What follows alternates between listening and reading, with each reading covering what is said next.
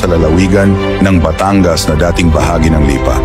Ang pangalan nito ay nagmula sa pariralang mataas na kahoy na tumutukoy sa isang matangkad na puno na matatagpuan noon sa lugar. Batay sa alamat, ang punong ito ay may bungang nakagamot sa isang may sakit na matandang babae. Ang kasalukuyang barangay na Lumang Lipa ay dating ikalawang kabisera ng Lipa mula 1724 hanggang sa ilipat ito sa Balete noong 1754 dahil sa pagsabog ng Bulkang Taal. Noong ikalawang digmaang pandaigdig, sinakop ng mga sundalong Hapon ang lugar, sinunog ang mga bahay at pinaslang ang maraming lalaki. Matapos ang digmaan, agad na naisaayos at muling naitayo ang bayan. Ang bayan ng Mataas na Kahoy.